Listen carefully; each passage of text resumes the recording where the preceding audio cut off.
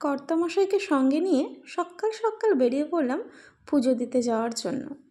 আজকে আমরা রওনা দিচ্ছি গড়েশ্বরের শিব মন্দিরের উদ্দেশ্যে। আর এই হচ্ছে আমাদের গ্রামে ঢোকার গেট। আমরা গ্রাম থেকে বেরিয়ে গেছি। এবার আমরা যাচ্ছি গড় জঙ্গলের দিকে। গড় জঙ্গলে মা শ্যামারূপা মন্দিরের নাম নিশ্চয়ই অনেকেই জানেন, অনেকে হয়তো এসেছেনও পুজো দেওয়ার জন্য। গত সপ্তাহে এই মন্দির প্রতিষ্ঠা হয়েছে।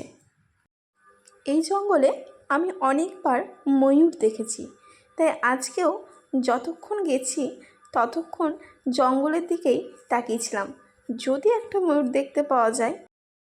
তবে কিছু হনুমানের দেখা মিলল। আমার ছোটো মেয়ে তো হনুমান দেখে মা হনু হনু করে চিল্লাতে শুরু করলো। আরও কিছু দূর এগিয়ে যাওয়ার পর অবশেষে আমার মনের ইচ্ছে পূর্ণ হলো, দেখা মিলল এক ময়ূরের।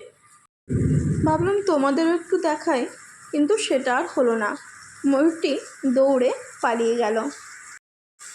কিছুক্ষণ দাঁড়িয়ে রইলাম, যদি ময়ূরটি আবার ফিরে আসে, কিন্তু ময়ূরটি আর ফিরল না।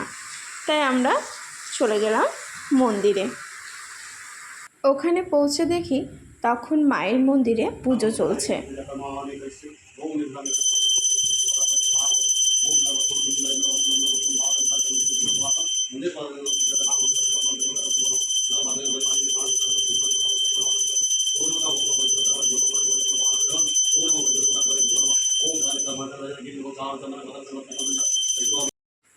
মায়ের মন্দিরের ঠিক পাশেই হলো বাবা ভোলানাথের মন্দির।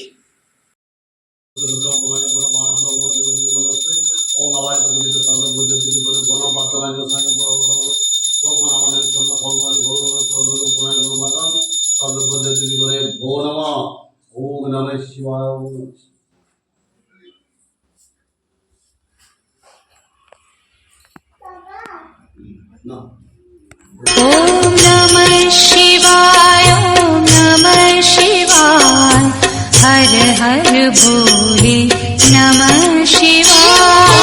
रामेश्वराय शिव रामेश्वराय, हर हर भोले नमः शिवाय। ओम नमः शिवाय, ओम नमः शिवाय, हर हर भोले नमः। এখানে এলে আপনারা মায়ের ভোগ প্রসাদও পেয়ে যাবেন। পুরো মন্দিরটা একবার দর্শন করে নিন। এবার বাড়ি ফেরার পালা। বাড়ি ফেরার পথে যোগী বাবার মন্দিরে নেমে একটু প্রণাম করে এলাম। এই হলো যোগী বাবার আশ্রম।